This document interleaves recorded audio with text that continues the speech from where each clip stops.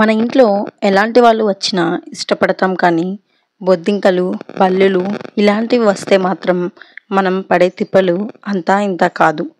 అసలు బొద్దింకలు ఎందుకు వస్తాయంటే మనం ఇల్లు శుభ్రంగా ఉంచుకోకపోయినా, ఇంటికి సరిగ్గా వెంటిలేషన్ లేకపోయినా, లేదా చీకటిగా ఇల్లు ఎప్పుడు ఉంటున్నా, ఇంకా తిన్న తర్వాత మిగిలిన ఆహారాన్ని బయట పెట్టకుండా ఇంటి లోపలే డస్ట్బిన్స్లో నైట్ అంతా వదిలేయటం వల్ల, అన్నం తిన్న తర్వాత ప్లేట్స్లో, అన్నం వండిన గిన్నెల్లో అన్నం మెతుకులు అలాగే ఉండిపోవడం వల్ల, వాటిని వెంటనే కడిగేయకుండా అలాగే నైట్ అంతా వాష్ బేసిన్లో వదిలేయటం వల్ల, మనం తినే వస్తువులు ఉన్న డబ్బాలకి సరిగ్గా మూత పెట్టకపోవడం వల్ల బొద్దింకలు అనేవి పెరుగుతూ ఉంటాయి.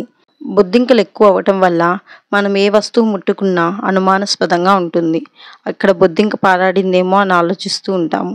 దానివల్ల ఇంట్లో చిన్నపిల్లలు ఉన్నట్లయితే వాళ్ళకి అనేక రకమైన అనారోగ్యాలు కూడా సంభవించవచ్చు. బొద్దింకలు లేకుండా ఉంచుకోవాలంటే మొదటిగా మన ఇంటిని శుభ్రంగా ఉంచుకోవాలి. లేదా మీ ఇంటికి వెంటిలేషన్ కరెక్ట్గా ఉంది, ఇల్లంతా శుభ్రంగా ఉంచుకుంటారు, ఇంకా బొద్దింకలు వస్తున్నాయంటే ఆన్లైన్లో పార్సల్ వచ్చే అట్టలు కానీ లేదా పాత న్యూస్ పేపర్స్ ఇలాంటివి ఇంట్లో మనం స్టోర్ చేసుకున్నా సరే బొద్దింకలు రావడానికి అవకాశం ఉంది.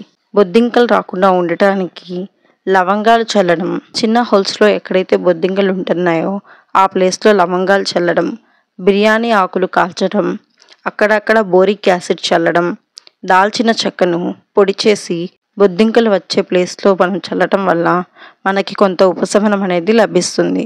బొద్దింకలు కనుక మీ ఇంట్లో కనిపిస్తున్నాయంటే మొదట ఈ స్టెప్స్ పాటించండి. ఒకవేళ వాటి తాకిడి ఇంకా ఎక్కువగా ఉంది అని మీకు అనిపిస్తే మనకి ఆన్లైన్లో అనేక ప్రొడక్ట్స్ ఉన్నాయి.